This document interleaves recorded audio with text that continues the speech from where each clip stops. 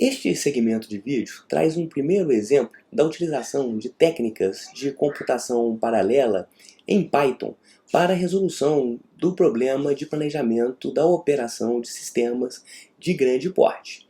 Todos já devem ter percebido que os algoritmos apresentados durante o curso são altamente paralelizáveis, têm alto potencial de paralelização. Na realidade, essa aula vai ser apresentada pelo Lucas Reis, que é um aluno de doutorado do programa de pós-graduação em Engenharia Elétrica da UFJF. Qualquer dúvida é só nos contactar através dos e-mails aqui embaixo. Bom proveito! Meu nome é Lucas Reis, sou aluno de doutorado orientado pelo professor André Marcato, e essa aula extra faz parte da disciplina de Planejamento de Sistemas Elétricos do programa de pós-graduação em Engenharia Elétrica da Universidade Federal de Juiz de Fora. Nela serão apresentadas as configurações da plataforma de computação paralela do PPE-UFJF, um roteiro de como utilizá-la e alguns conceitos sobre paralelização de algoritmos. O objetivo, portanto, é o de capacitar os alunos da disciplina a pensar em maneiras de otimizar os algoritmos que vêm sendo desenvolvidos ao longo dela através da paralelização dos mesmos. O principal objetivo desta aula é o de apresentar a plataforma de computação paralela do PPE-UFJF para vocês. Bom, a agenda dela será a seguinte. Primeiro, faremos uma breve introdução para contextualizar o que é a computação paralela. Em seguida, vamos apresentar alguns conceitos importantes para entendermos o funcionamento de um cluster computacional. Depois, vamos apresentar as configurações do cluster do PPE, tanto suas configurações de hardware quanto de software. E depois mostraremos como podemos utilizá-lo, como podemos ter acesso remoto a ele e como podemos executar um programa nele. Por fim, vamos mostrar um exemplo de implementação em paralelo em cima de um dos problemas já apresentados aqui na disciplina. Então, vamos começar nossa introdução definindo o que é a computação paralela. Nós estamos praticando ao longo das aulas da disciplina o que chamamos de computação sequencial, onde para resolvermos um problema, definimos uma série de instruções que são executadas sequencialmente por um computador ou processador. Porém, ao longo das aulas estamos percebendo que o problema tema dessa disciplina, planejamento de sistemas energéticos, é um problema de alta complexidade e que, dependendo de suas dimensões, pode se tornar proibitivo computacionalmente, já que para ser solucionado demandaria um tempo computacional muito elevado. E é justamente para atacar esse tipo de problema que a computação paralela aparece como uma opção. Nela, ao invés de resolvermos o problema como um todo por um único processador, primeiro dividimos o problema em subproblemas que possam ser resolvidos simultaneamente. Esses subproblemas são então distribuídos para diferentes processadores, onde serão resolvidos por instruções de forma sequencial. Como cada uma dessas soluções ocorre de forma simultânea, podemos obter um ganho computacional no tempo de solução do problema original quando comparamos com a estratégia sequencial. A paralelização busca então reduzir o tempo computacional de alguma tarefa, ou até mesmo permitir que a solução de problemas mais complexos ou que possuem uma maior dimensão não sejam computacionalmente proibitivos. Porém, temos que tomar alguns cuidados antes de definirmos se um problema pode ou não ser paralelizado. Primeiro, temos que garantir que o problema em questão pode ser dividido em partes que de fato são independentes entre si, e por isso podem ser resolvidos de forma simultânea sem que a resolução do problema original seja comprometida. E temos que analisar se de fato o problema que queremos paralelizar requer esse tipo de abordagem. Porque, como vamos apresentar mais à frente, para que a paralelização ocorra, se faz necessária a comunicação entre os diferentes processadores alocados para a solução do problema. Essa comunicação, quando implementada em problemas de simples solução, pode gerar o efeito contrário ao esperado quando paralelizamos o problema. Pode causar um aumento no tempo de solução do mesmo. Outra preocupação que temos que ter é a de quantos processadores iremos utilizar para resolver nosso problema. A princípio, podemos ter a ideia errada de que quanto mais processadores, menor será o nosso tempo de execução. Mas, como comentamos, a paralelização demanda uma comunicação entre os processadores que, quando desnecessária, pode causar um aumento no tempo de execução do mesmo. Um teste que nos mostra bem essa característica é o Speedup Test. Nele, executamos nosso programa várias vezes, considerando em cada execução um número diferente de processadores disponíveis. A figura aqui é meramente ilustrativa, mas nos mostra que depois de um certo número de processadores, número esse que irá variar dependendo do problema paralelizado, já não obtemos mais ganho computacional. Esse teste é importante, então, para definirmos quantos processadores iremos alocar para a solução do nosso problema. Para fecharmos nossa introdução, é interessante destacar que atualmente temos diversas alternativas de serviços para executar nossas implementações em paralelo, tais como o Google Cloud, IBM Cloud, Microsoft Azure e a AWS da Amazon. Esses são serviços em nuvem que oferecem um aluguel de processadores por um preço que dependem da quantidade e tempo de uso deles. Porém, a aula tem como objetivo apresentar uma alternativa gratuita a esses serviços, a plataforma de computação paralela do programa de pós-graduação da UFJF, que está disponível para ser utilizado pelos seus alunos. O cluster PPE fica no LabSim, Laboratório de Simulações Multiplataformas, e como vamos apresentar mais à frente, ele pode ser acessado de forma remota sem maiores dificuldades. Bom, antes de apresentarmos como acessamos o cluster, vamos dar uma passada em alguns conceitos que são importantes para entendermos de forma geral o funcionamento dele. Primeiro, então, vamos entender o que é um cluster computacional. Ele nada mais é do que uma rede de computadores dedicados a processamento de dados. Para isso, ele é composto por diferentes nós computacionais que são ligados em rede, e cada um dos seus nós possui núcleos de processadores e memória que podem ser utilizados pelo usuário do cluster. Vamos ver agora então como o processo de execução do programa ocorre dentro do cluster. Bom, tudo começa quando o cliente ou usuário submete ao cluster o que chamamos de job ou trabalho. Trabalho é uma operação ou um programa a ser executado no cluster.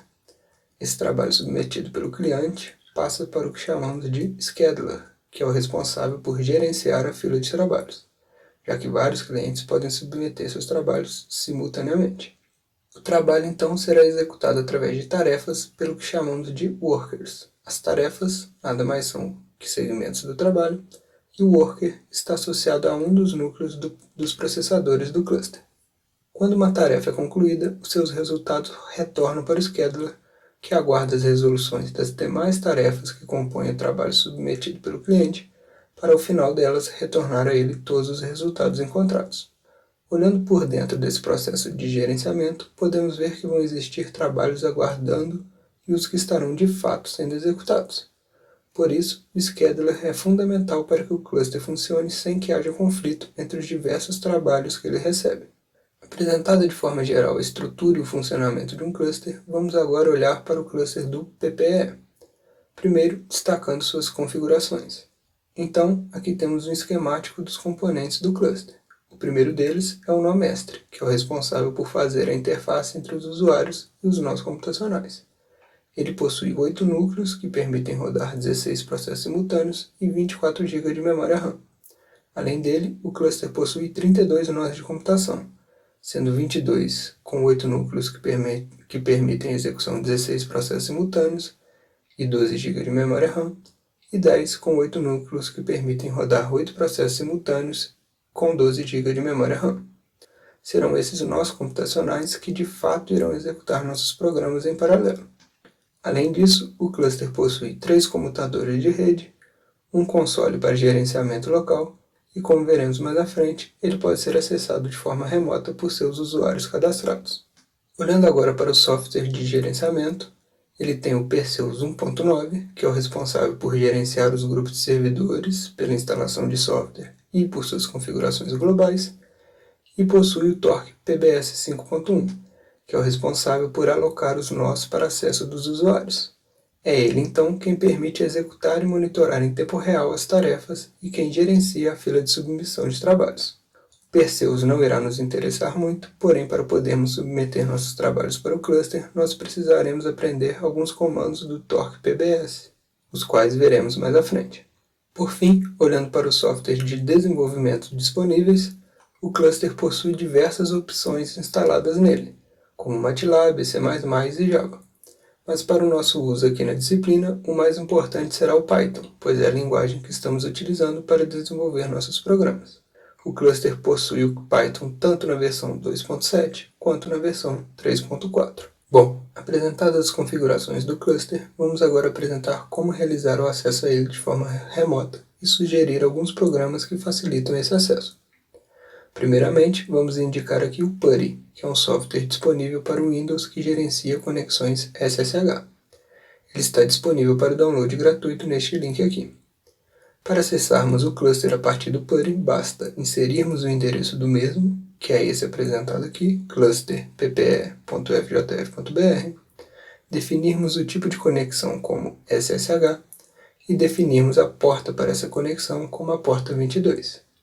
Ao fazermos isso, o PuTTY irá abrir um terminal. Esse terminal já é o terminal do cluster, porém ele só pode ser acessado por quem possui cadastro nele. Se você quiser criar um cadastro no nosso cluster, é só mandar um e-mail para andré.marcato@ufjf.edu.br. Peço que entre em contato com ele para criar seus login e senha. Com eles em mãos, basta digitá-los no terminal que o acesso ao cluster será liberado. Feito isso, a tela inicial do cluster irá abrir e vocês estarão dentro do diretório de suas respectivas contas. Será neste terminal que iremos executar nossos programas. Nós veremos mais à frente alguns dos comandos para isso, mas primeiro vamos mostrar como podemos transferir nossos arquivos para o cluster. Para realizarmos transferências de arquivos para o cluster, nós indicamos o FileZilla. Ele é um software multiplataforma para transferências do tipo SFTP e está disponível para download gratuito neste link aqui. A transferência SFTP nada mais é do que uma forma segura de realizarmos troca de arquivos pela internet. Bom, olhando para o FileZilla, temos a seguinte tela inicial. E para realizar a conexão com o cluster a partir dele, basta passarmos as informações de endereço do cluster, nosso login e senha, e definirmos a porta 22 para ser utilizada para a conexão. Ao fazermos isso, o FileZilla irá nos conectar com a nossa conta no cluster. Conectados a ele, então, teremos essas duas telas, onde poderemos ver graficamente os conteúdos dos diversos diretórios do nosso computador local e da nossa conta no cluster. A partir daí, fica bem intuitivo transferirmos arquivos de um para o outro. Por exemplo, para realizar o upload de um arquivo para o cluster, bastaria selecioná-lo no computador local e com o botão direito pressionado, selecionar Upload. Fazendo isso, ele irá ser transferido para o cluster e aparecerá no diretório que estiver aberto na tela do cluster. Para realizar o download de um arquivo que está no cluster para o seu computador, bastaria fazer o processo inverso. Bom, visto como acessar e transferir arquivos para o cluster, vamos agora apresentar alguns dos comandos básicos para executarmos nossos programas nele. Para isso, utilizaremos tanto o PuTTY quanto o FileZilla. Para executarmos nossos programas no cluster, a primeira coisa que devemos fazer é estabelecer uma conexão com ele. Como já apresentamos, essa conexão pode ser facilmente realizada com o auxílio do PuTTY. Basta passarmos para ele a informação de endereço do cluster, que é cluster.ppe.ufjf.br, definirmos o tipo de conexão como SSH e a porta a ser utilizada para a conexão como a 22. Feito isso, o PuTTY irá se conectar ao cluster PPE e abrirá o seu terminal para nós. Com o terminal do cluster aberto, basta entrarmos com as informações do nosso login e da nossa senha, que entraremos em nossa conta do cluster. Podemos ver aqui que assim que realizamos nosso login, a página inicial do cluster é aberta e nós somos direcionados ao diretório da nossa conta no cluster. Este terminal é um terminal Linux e existem diversos comandos que podemos executar nele. Comandos para criar diretórios, executar arquivos, entre outros. O objetivo da nossa aula não é o de apresentar estes comandos para vocês, mas vocês podem encontrá-los facilmente na internet.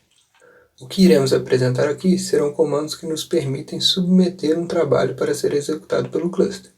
Estes comandos são referentes ao software Torque PBS, que, como apresentamos, é o responsável por gerenciar os trabalhos submetidos ao cluster. Vamos mostrar aqui apenas alguns comandos, mas deixamos no material desta aula o link para uma lista com vários outros comandos do Torque PBS que podem ser utilizados também. Bom, então vamos ao primeiro comando. Ao digitarmos PBS Nodes, o Torque PBS nos retorna uma lista do estado de todos os nós do nosso cluster. Este comando, então, é muito útil para visualizarmos quais nós computacionais estão disponíveis para uso. Como estamos com o nosso cluster desligado devido à paralisação das atividades da universidade, podemos observar que todos os nós estão com estado down. ou seja, estão indisponíveis para uso. Apenas o nó mestre está com estado free, ou seja, livre para uso. Bom, mas vamos ao que mais nos interessa. Queremos executar nossos programas em Python no nosso cluster. Para isso, a primeira coisa que faremos é transferir os arquivos que queremos executar para ele. E como vimos anteriormente, para este envio de arquivos utilizaremos o FileZilla. Bom, aberto o FileZilla, podemos observar que apenas os diretórios do meu computador local estão abertos. Para estabelecermos a conexão do FileZilla com o cluster, então, devemos passar para ele as informações de endereço do cluster, cluster ppe.ufjf.br, o nosso login e a nossa senha. E definimos também a porta para conexão como a porta 22. Feito isso, o FileZilla irá se conectar ao cluster e abrirá os diretórios da nossa conta nele. Bom, vou selecionar um diretório no cluster para o qual enviarei meus arquivos. Aqui no caso será o diretório aula cluster, que está dentro do diretório planejamento. E no nosso computador local, iremos selecionar os arquivos que queremos transferir para o cluster. Selecionei aqui um arquivo em Python, que está implementado a programação dinâmica estocástica adaptada de forma sequencial. Esta metodologia já foi apresentada em aulas anteriores da disciplina, mas também a mostraremos nesta aula quando formos apresentar nosso exemplo de paralelização de algoritmos. E iremos enviar também um arquivo em Python em que temos a mesma metodologia implementada de forma paralela. Esta paralelização desta metodologia será apresentada ainda nesta aula. Por fim, também enviaremos um arquivo do tipo .pbs. Este será o arquivo que iremos submeter ao torque PBS para que o cluster execute o nosso programa em Python com a paralelização implementada. A seguir, nós veremos o conteúdo deste arquivo. Bom, então, para realizarmos o upload desses arquivos, basta clicarmos com o botão direito e selecionar Upload, ou até mesmo apenas arrastá-los para o diretório aberto no cluster. Se já existir um arquivo com o mesmo nome no cluster, ele irá nos perguntar se queremos substituí-lo no destino, e ao darmos OK, os arquivos serão transferidos. Com eles transferidos, podemos voltar ao terminal para executá-los. Mas antes disso, vamos abrir aqui o nosso arquivo .pbs para mostrar o seu conteúdo. Bom, com o arquivo aberto, podemos ver que ele é um arquivo de texto salvo com a extensão .pbs. Nele estarão contidas instruções para o torque PBS alocar os nós computacionais que irão executar o nosso programa. Este exemplo que estamos mostrando aqui possui alguns comandos básicos, mas vocês podem encontrar outros comandos na documentação do torque PBS. Bom, vamos ver o que temos implementado aqui então. Nós temos este primeiro comando, pbs-n, que será utilizado para definir um nome para o nosso trabalho. Em seguida, temos o comando que irá passar a informação de quantos processos o nosso trabalho irá utilizar, que é o comando pbs-l nodes igual ao número de nós computacionais que precisaremos, ppn igual ao número de processos por nó que serão utilizados. Então, se fazemos nodes igual a 4 e ppn igual a 8, estamos dizendo que queremos alocar para a execução do nosso trabalho 4 nós computacionais e executar em cada um deles 8 processos. Depois disso, temos aqui um comando para ativar um ambiente virtual em Python que possui todas as bibliotecas necessárias para a execução do nosso programa. Procure na internet como fazer para criar um ambiente virtual em Python. Nele é possível deixar instalados todos os módulos necessários para o seu programa, como, por exemplo, o CVX-OPT, entre outros.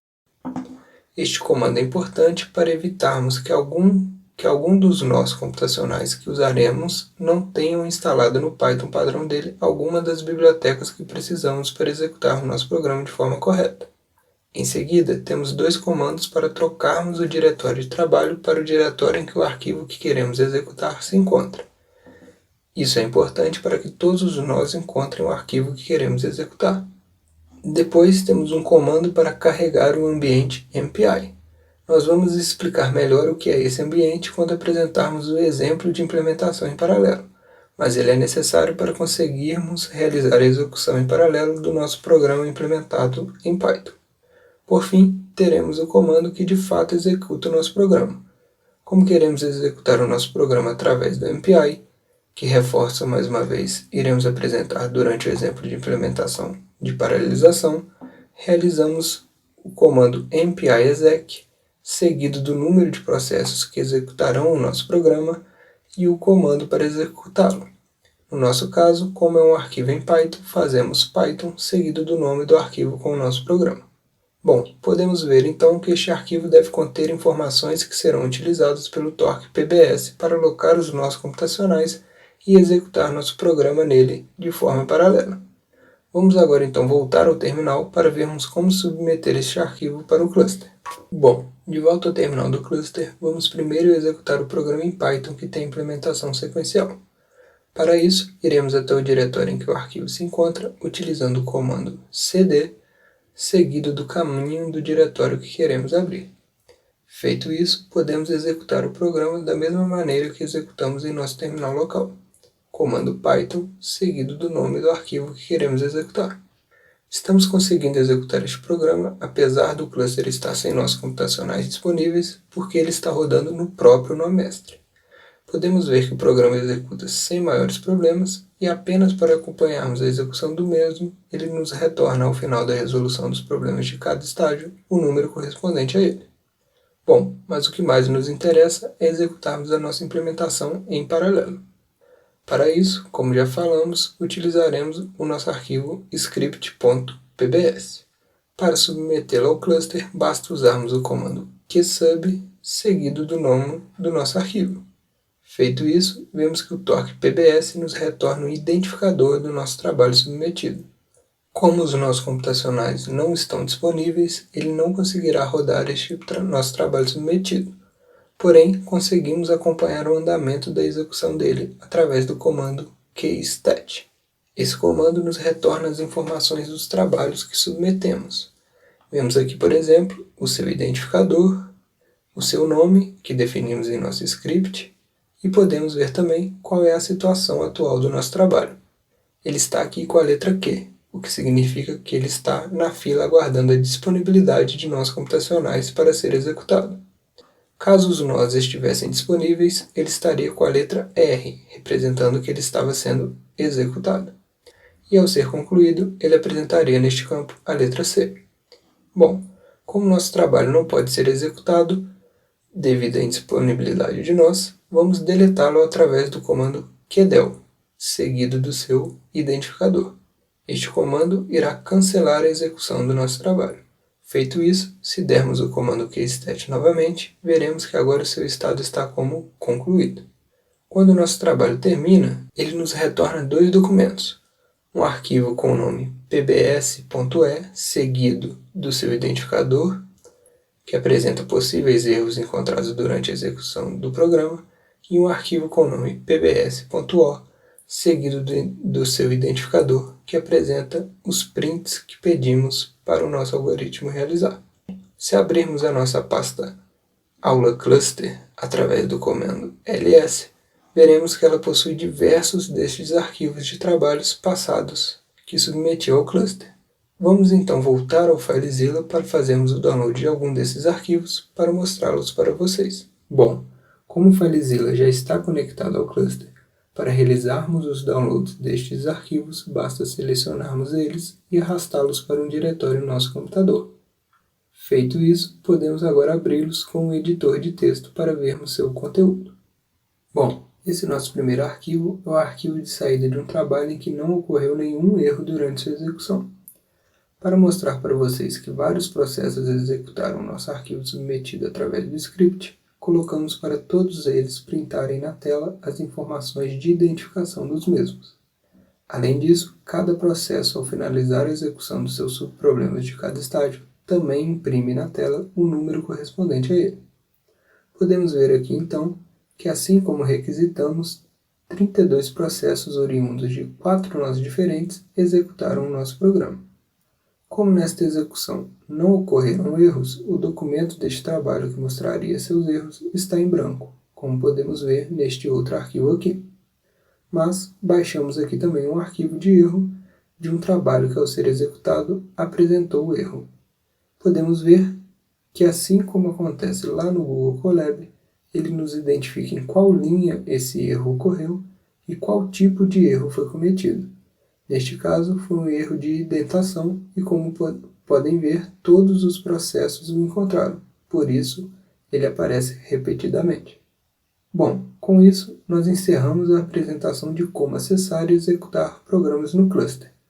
Vamos agora retornar à nossa apresentação para mostrarmos como podemos implementar a paralelização em nossos algoritmos. Para finalizarmos nossa aula, vamos apresentar um exemplo de uma implementação em paralelo.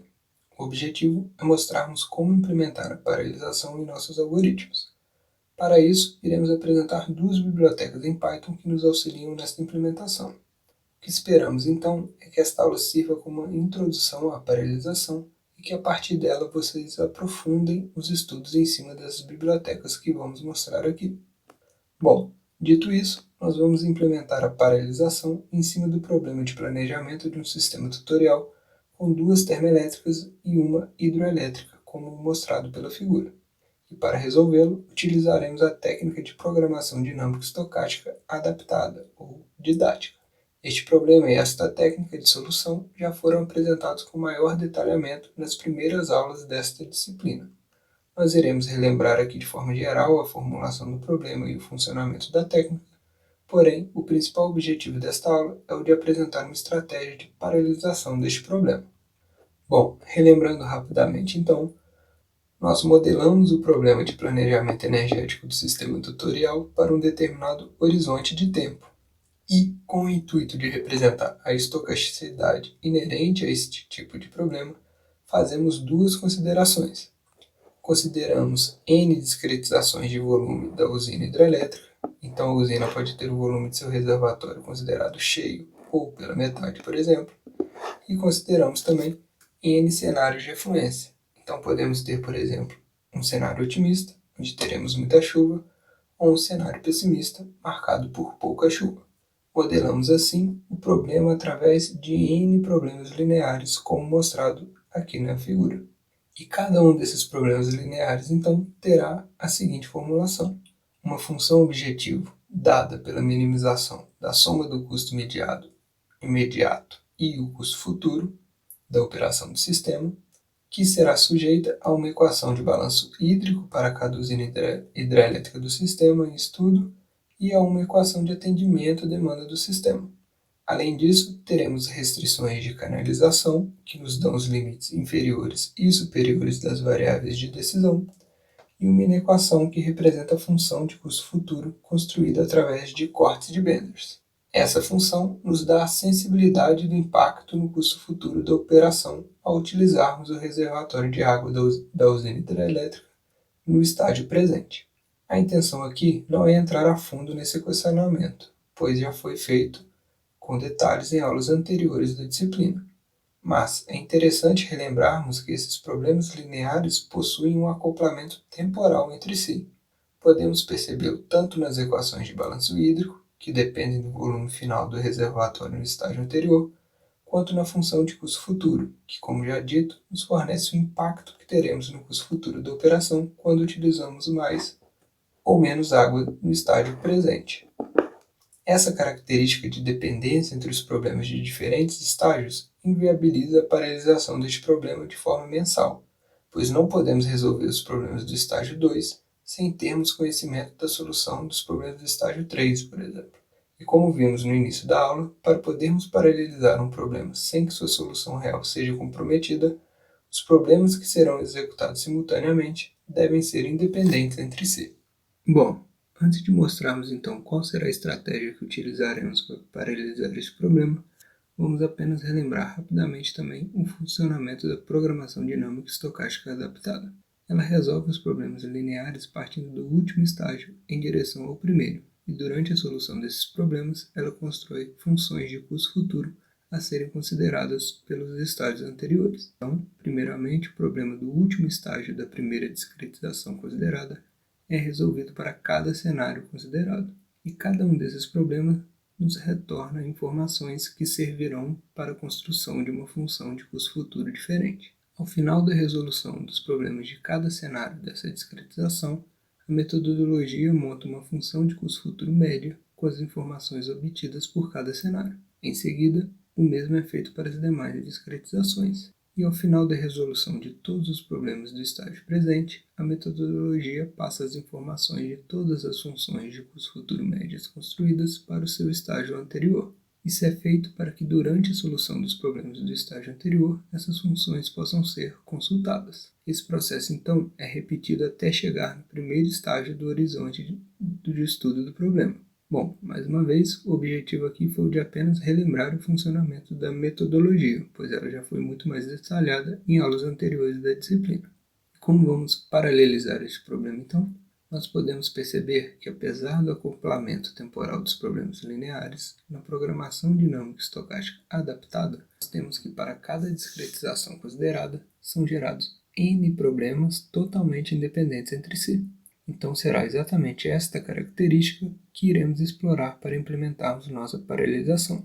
Mas como vamos fazê-la? Bom, primeiro nós definiremos um processo mestre. Ele será o responsável por gerenciar as trocas de informações entre os demais processos. Em seguida, alocaremos cada subproblema gerado pelas diferentes discretizações para serem executadas por diferentes processos. Desta forma, o problema é inicializado pelo processo mestre e distribui as informações de cada subproblema para os demais processos. E depois disso, cada subproblema é resolvido de forma simultânea e independente.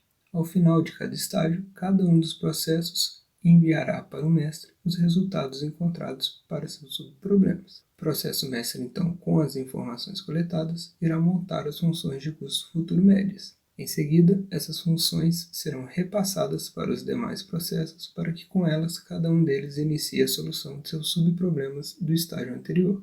Todas essas operações serão repetidas até que todos os estágios sejam percorridos. Como veremos mais à frente, essa estratégia já apresenta melhorias interessantes no tempo computacional necessário para a resolução do problema original, quando comparada com a solução do mesmo de forma sequencial. Mas antes de entrarmos nos resultados, vamos apresentar duas maneiras de implementar esta paralelização e, para isso, duas bibliotecas em Python que podem ser utilizadas. A primeira delas é o multiprocessing. Essa paralelização é baseada em compartilhamento de memória. Nela, o processo que se deseja paralelizar é dividido em duas ou mais tarefas, ou threads, que vão ocorrer de forma simultânea, porém compartilhando da mesma memória. Destacamos aqui o Open Multiprocessing, que é uma coleção de diretivas de compilação e rotinas para esse tipo de programação paralela. Não vamos nos aprofundar nela, mas para quem tiver interesse, deixamos aqui o link com sua documentação. O nosso interesse, então, vai ser mostrar para vocês a biblioteca em Python Multiprocessing, que utiliza o Open Multiprocessing. Mostraremos apenas uma de suas funções, mas outras podem ser encontradas na documentação da biblioteca, que também deixamos o link aqui. Bom, então vamos mostrar como podemos utilizar essa biblioteca. Primeiramente, precisamos importar dela a classe Pool. Será a partir desta classe que vamos implementar nossa paralelização. Basicamente, o que fazemos é criar um objeto dessa classe, passando como parâmetro de entrada a quantidade de processos que queremos que executem o nosso problema. E a partir deste objeto, utilizamos a função .map para realizar a resolução do nosso problema de forma simultânea por esses N processos. Para isso, basta passarmos como parâmetro o problema que queremos paralelizar e os parâmetros necessários para resolver. O pool criado irá então distribuir este problema para os processos criados e cada um dos processos irá receber uma parcela dos parâmetros a serem usados. No nosso exemplo, cada processo receberá um conjunto de subproblemas referentes às discretizações consideradas. Após a conclusão de todos os processos, o pool irá nos retornar os resultados encontrados na forma de uma lista. Bom, vamos agora ao Google Colab para mostrarmos como podemos realizar esta implementação no nosso exemplo. Então, para mostrar para vocês a implementação do multiprocesso em cima do nosso exemplo, vou abrir pelo Google Colab o notebook da aula sobre a programação dinâmica estocástica adaptada. Neste notebook temos a implementação de forma sequencial dessa técnica. Vamos dar uma passada rápida para relembrarmos o código, porém ele já foi melhor detalhado em aulas anteriores da disciplina. Então, a primeira implementação feita foram das definições dos dados do sistema tutorial a ser resolvido. Para isso, foi criado um dicionário que armazena todas as informações de cada usina e dos dados gerais do sistema. Essas informações são o envolvimento das usinas, as afluências a serem consideradas, custo de geração das térmicas, as cargas a serem atendidas em cada um dos estágios do problema, o número de discretizações consideradas, entre outras. Em seguida, implementou-se o modelo de otimização do problema de despacho hidrotérmico. Para isso, criou-se a função despacho. Essa função recebe como parâmetro de entrada os dados do sistema, os volumes iniciais e afluências a serem considerados, uma lista denominada pote de cortes, na qual estão os cortes de Benders que representam a função de custo futuro, o estágio do problema e uma variável booleana para controlar se os resultados serão impressos na tela ou não. Para a modelagem do despacho hidrotérmico, utilizou-se a biblioteca CVX-OPT do Python. Com ela foram definidas as variáveis do problema, construídas a função objetivo, construídas as restrições dele, restrição de balanço hídrico, de atendimento à demanda, restrições de canalização e as inequações referentes ao custo futuro. Em seguida, o problema é resolvido utilizando-se o solver glpk, e os resultados encontrados são todos reunidos em um dicionário que é retornado ao programa principal pela função. Bom, e como é feita a implementação da PDE adaptada então? Primeiro, define-se uma distância entre cada discretização a ser considerada, com base no número de discretizações definido nos dados gerais do problema. Cria-se, a partir dela, então, um iterador com todas as combinações possíveis que representam as discretizações do volume inicial da usina hidrelétrica do sistema que serão consideradas. E, por fim, transforma esse iterador em uma lista com esses mesmos valores. Então, nessa primeira etapa, iremos apenas definir quais discretizações do volume inicial serão consideradas. Em seguida, cria-se a lista pote de cortes, que, como já falamos, armazenará as informações dos cortes de Benders, que representam as funções de custo futuro, e computa-se um instante de tempo no qual o processo iterativo inicia através da função .time.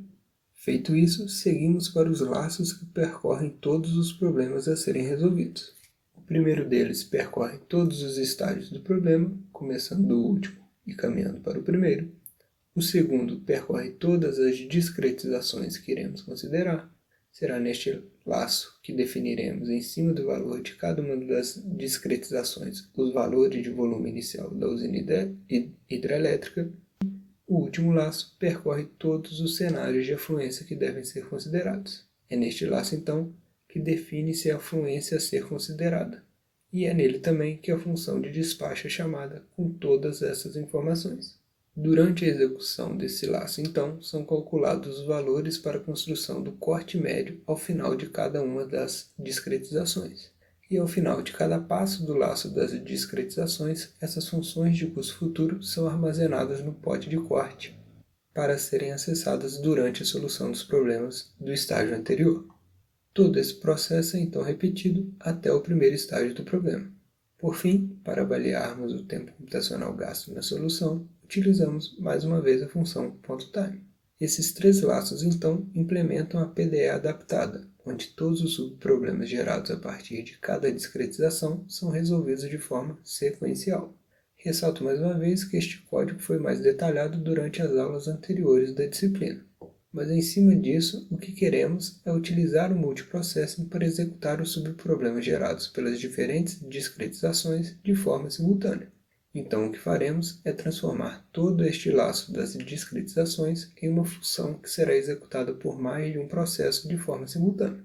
Lembramos mais uma vez que isto só será possível porque estes subproblemas são completamente independentes entre si. Então, vamos ver como fica a nossa implementação. Primeiro, vamos criar uma função cujo conteúdo é exatamente igual ao conteúdo do laço de discretizações. Vamos chamá-la de task function. Será ela que executaremos de forma paralela através do multiprocessing. A principal alteração com relação à implementação sequencial será que cada processo que executar esta função irá executá-la para um subconjunto da lista de discretizações. Para isso, a função recebe quais valores de discretização ela irá resolver. Dessa forma, então, esse for, ao contrário da implementação sequencial, não irá percorrer todas as discretizações do problema. Ele só irá percorrer as discretizações passadas para a função. Temos que passar para ela também as informações do sistema tutorial, que estão presentes no nosso dicionário sistema, o estágio a qual os problemas a serem resolvidos pertencem e a lista contendo todos os cortes que representam as funções de curso futuro. Essas informações são passadas a ela através de um dicionário chamado outros parâmetros. Para retirá-las dele, basta fazermos como está aqui. Além disso, iremos criar uma lista de pote de corte auxiliar para armazenar os cortes calculados durante a execução da função. Fora isso, seu conteúdo permanece exatamente o mesmo da implementação sequencial, com uma última diferença que agora devemos retornar para o programa principal os resultados dos cortes médios gerados e armazenados em nossa lista pote de cortes auxiliar. Então, o nosso programa principal, com a PDE adaptada paralelizada, utilizando o multiprocessing, ficará da seguinte maneira. Primeiro importaremos as mesmas bibliotecas da implementação sequencial e incluiremos a importação da classe pool da biblioteca multiprocessing. Como já apresentado, será essa a classe que usaremos para implementar a paralelização. Vamos importar aqui também a classe partial da biblioteca FunkTools. Mais à frente, mostraremos o porquê dessa importação. Em seguida, o processo de criação das discretizações será exatamente o mesmo que fizemos na implementação sequencial.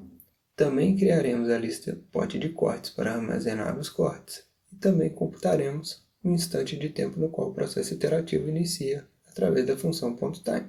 O nosso primeiro laço, referente aos estágios do nosso problema, permanecerá percorrendo todos os estágios de trás para frente, porém seu conteúdo será diferente. Iremos incluir dentro dele o nosso código para a paralelização. Vamos ver então como implementá-la. Da mesma maneira que apresentamos nos slides, iremos inicializar um objeto da classe pool com a quantidade de processos que queremos gerar. Neste caso, definimos 4 processos. Então, a partir deste ponto, no nosso código teremos 4 processos ocorrendo de forma simultânea. E o que esses processos farão? Através da função .map, eles irão executar a função que desejamos paralelizar, a task function, passando para ela como parâmetro de entrada parcelas da nossa lista de discretizações. Neste nosso exemplo, que estamos considerando 12 discretizações e definimos 4 processos, cada um deles receberá uma sublista com 3 elementos da nossa lista de discretização e rodará a função task function com essa sublista. Da mesma maneira, se tivéssemos definido 12 processos, cada um receberia uma sublista contendo um dos elementos da nossa lista de discretização e rodaria a função task function apenas para esse valor. Bom, mas como já devem ter observado, não estamos passando para a função .map a nossa função task function, que é a que queremos paralelizar. Isso acontece por conta de uma particularidade da função pool.map. Ela aceita como entrada apenas um parâmetro para ser distribuído entre os processos. Como nossa task function precisa de 2 parâmetros, as discretizações e o dicionário outros parâmetros, precisamos fazer uma pequena manobra. Primeiro, nós iremos definir um dicionário chamado parâmetros, no qual armazenaremos as informações que a task function necessita, além das discretizações. Neste caso, colocaremos nele a variável sistema, a variável iest e o pote de cortes. Feito isso, utilizaremos a classe partial, que importamos lá em cima. Essa classe irá criar uma função que é a cópia da função que fornecemos a ela, com a diferença de que podemos definir que os valores de parâmetros de entrada que ela espera receber serão sempre constantes. Dessa forma, a função loopDiscrete, criada nesta linha, nada mais é do que a nossa função taskFunction, com seu parâmetro de entrada outros parâmetros, sempre igual ao dicionário parâmetros que criamos. Assim, a função loop_discrete precisa apenas receber como parâmetro de entrada as informações referentes às discretizações, o que nos possibilita utilizá-la com a pool.map. Então, quando o nosso código chega nesta linha, ele irá iniciar mais 4 processos que chamarão a função loop_discrete, utilizando cada um uma parcela dos valores da lista de discretizações. O pool irá então aguardar a finalização de todos os processos e retornará uma lista contendo todos os valores de corte encontrados pelos processos. Para finalizarmos o passo do laço dos estágios, então, basta percorrermos esta lista de resultados adicionando os cortes calculados pela função taskFunction e armazenados nos potes de corte auxiliares de cada processo ao nosso pote de corte. Feito isso, estas funções poderão ser acessadas pelos problemas do estágio anterior. Este processo irá se repetir até o primeiro estágio. E por fim, para avaliarmos o tempo computacional gasto na solução, utilizamos mais uma vez a função .time. Bom, podemos perceber então que a paralelização através do multiprocessing é mais intuitiva. O algoritmo roda de forma sequencial até o ponto em que chamamos os demais processos. Neste ponto, os processos chamados realizam as tarefas que queremos resolver de forma simultânea e o programa fica aguardando o término delas. Quando todos os processos concluem suas tarefas, o algoritmo volta a ser executado de forma sequencial pelo programa principal. Vamos agora, então, apresentar uma outra maneira de paralelizarmos este exemplo. A segunda maneira de implementarmos a paralelização utiliza a troca de mensagens entre processos. Ela tem a implementação um pouco mais complexa, porém, como veremos mais à frente, apresenta ganhos mais significativos. Então, diferente do que ocorre na implementação por multiprocessing, nesta implementação, todos os processos executam o programa principal como um todo de forma simultânea, trocando informações entre si em pontos-chave do programa. Essa comunicação é realizada através da MPI, que traz uma especificação de interface para bibliotecas de comunicação entre processos. Não iremos nos aprofundar nela, porém, deixamos aqui o link para a sua documentação.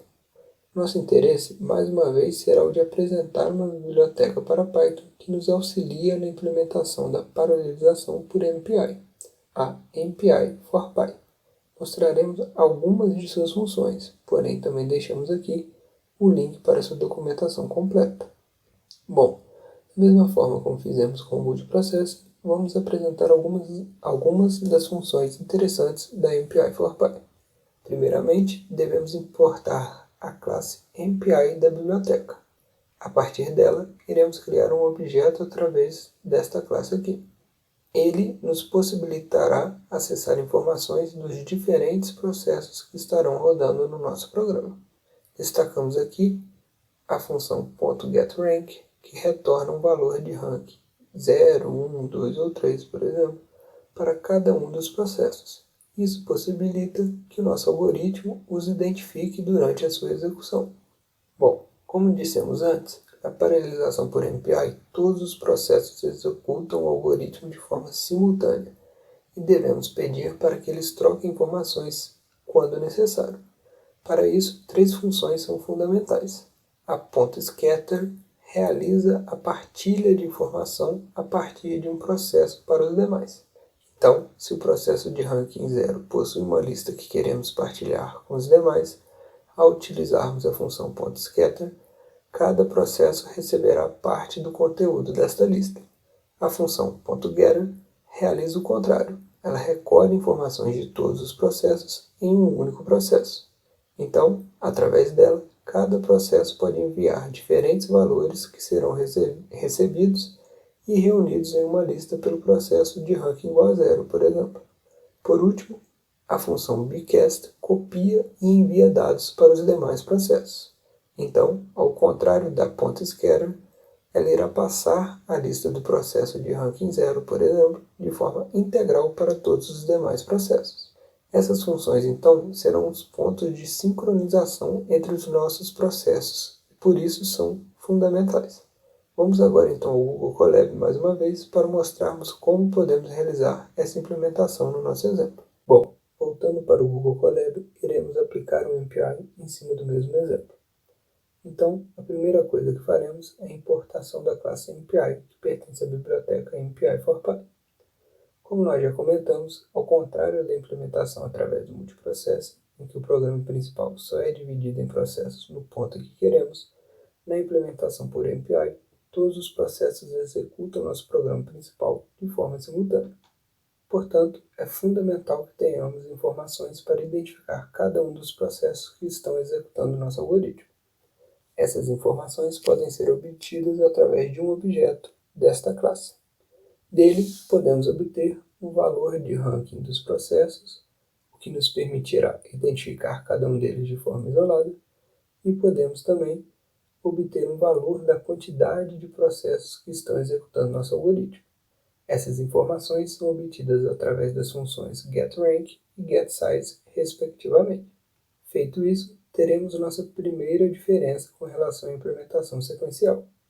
Nós iremos definir um dos processos para ser o responsável por gerenciar a troca de informações entre os demais. Para isso, iremos utilizar a informação de ranking dos nossos processos. Então, através de uma condicional simples, como if rank igual a 0, estaremos garantindo que apenas o processo de ranking 0 irá entrar nessa condicional. Os demais seguirão para o else da mesma. Nesta condicional, então, iremos criar nossas discretizações da mesma maneira que fizemos na implementação sequencial.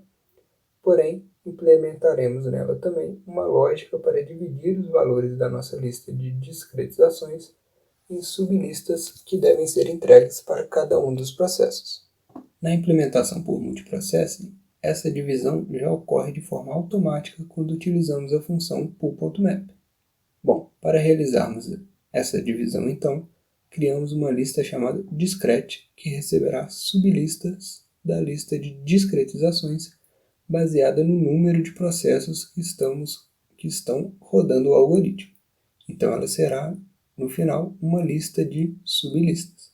Enquanto o processo de ranking 0 realiza todas essas operações, os demais inicializam uma variável do mesmo nome discrete com o valor nome.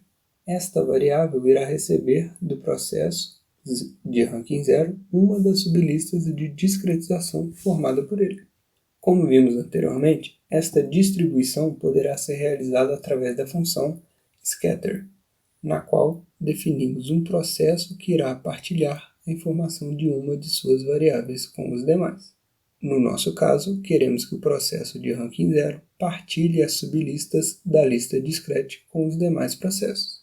Desta forma, cada um dos processos receberá em sua variável discrete uma das sublistas da variável discrete do processo 0. Bom, a partir daí, a implementação é exatamente igual à implementação sequencial. Teremos um laço para rodar os problemas dos estágios, um laço para percorrer as discretizações e um laço para percorrer os cenários do problema.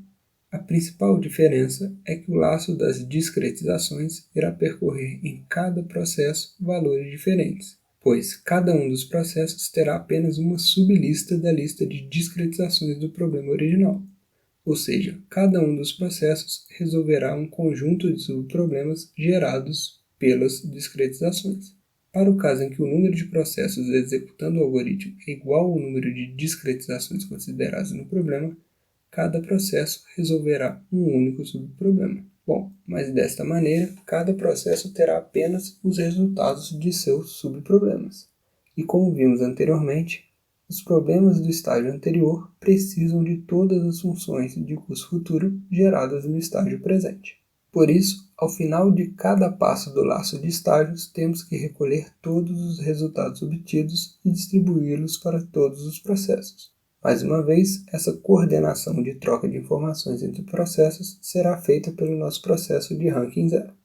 Então, primeiro iremos recolher todas as informações de cortes geradas e armazenadas em suas respectivas listas de pote de corte auxiliar por cada um dos processos. Para isso, utilizaremos a função getter. Relembrando então, esta função irá enviar para um processo, aqui definido como o processo de ranking 0, as informações encontradas na variável, aqui definida como pote de corte auxiliar, de todos os demais processos. Assim, essas informações serão reunidas pelo processo 0 através de uma lista, denominada aqui de cortes. Esta variável cortes, então, será uma lista contendo todos os diferentes potes de corte auxiliar oriundos dos demais processos. Recolhido esses dados, então, o processo de ranking 0 irá percorrer a lista cortes e iremos incluir na variável pote de corte cada um dos itens dos diferentes potes de cortes auxiliares que ela possui. Por fim, com o pote de corte preenchido, ele será distribuído a partir do processo de ranking 0 para os demais processos através da função bcast. A função bcast, como já apresentamos, envia a partir de um processo uma cópia de uma de suas variáveis para todos os demais processos. Neste caso, todos os processos receberão do processo de ranking 0 uma cópia da lista pote de cortes, que será armazenada em suas respectivas variáveis de nome pote de corte. Assim, todos os processos terão acesso às informações de todos os cortes criados neste estágio. E com isso, estes cortes poderão ser acessados pelos problemas do estágio anterior a serem resolvidos por cada um desses processos. Todas essas operações irão se repetir até que o primeiro estágio seja atingido. E ao final, para avaliarmos o tempo computacional gasto na solução, utilizaremos mais uma vez a função .time. Podemos observar então que, diferente do que ocorre na implementação por multiprocessing, na implementação por MPI, precisamos pensar no nosso algoritmo como um todo de forma diferente, já que devemos implementar nele a coordenação entre os diferentes processos que irão o executar. Isso torna esta implementação um pouco mais complexa, porém, como veremos a seguir, ela obtém melhores resultados. Esta melhor performance da implementação por MPI se deve ao fato dela ser implementada através da comunicação entre processos, que possibilita que diferentes processadores executem o código. Enquanto na implementação por multiprocessing, só conseguimos aproveitar o poder computacional de um único processador, do qual os processos que geramos irão dividir a memória. Por conta dessas características, só conseguimos executar o nosso código em MPI em uma plataforma de computação paralela como o cluster PPE. Para isso, basta submetê-lo como um trabalho, como já apresentamos anteriormente na aula. Bom, com isso, mostramos duas maneiras de implementarmos a paralelização em nosso algoritmo da PDE adaptada. Agora, para ilustrar melhor os ganhos computacionais que elas podem alcançar, veremos alguns resultados obtidos por elas usando o cluster PPE. Bom, finalizando nossa aula, iremos apenas mostrar alguns resultados obtidos quando utilizamos essas técnicas de paralelização em cima do nosso sistema tutorial. A diferença para o sistema utilizado durante as aulas anteriores da disciplina será com relação aos dados das usinas. Para a simulação que será mostrada, foram consideradas a usina hidrelétrica de Corumbá 1 e as termoelétricas de Linhares e Juiz de Fora com seus dados iguais aos encontrados no PMO. Estes dados podem ser facilmente obtidos utilizando a biblioteca PySDDP, que vem sendo apresentada durante o curso. Considerando essas usinas, então, o problema foi resolvido para um horizonte de 5 estágios, para 12 cenários hidrológicos diferentes, e considerando 200 discretizações de volume para a usina hidrelétrica. Foram utilizados tanto a implementação por multiprocessing quanto a por MPI4Py, e os problemas foram executados diversas vezes, onde em cada uma das execuções eram utilizados uma quantidade diferente de processos para a solução do problema. Bom, feito isso, os seguintes resultados foram obtidos. Destacamos aqui que todas as duas abordagens tiveram um ganho computacional quando comparadas com a solução pela metodologia implementada de forma sequencial. Destacamos também que o tempo de solução variou de acordo com o número de processos utilizados e que a MPI teve uma melhor performance quando comparado com a multiprocessing. Por fim, analisando o speed-up test das duas metodologias, percebemos que a multiprocessing obteve seu maior ganho computacional com 8 processos. Como vimos anteriormente, como essa metodologia é baseada em compartilhamento de memória, ela consegue explorar apenas os recursos de um dos processadores do cluster.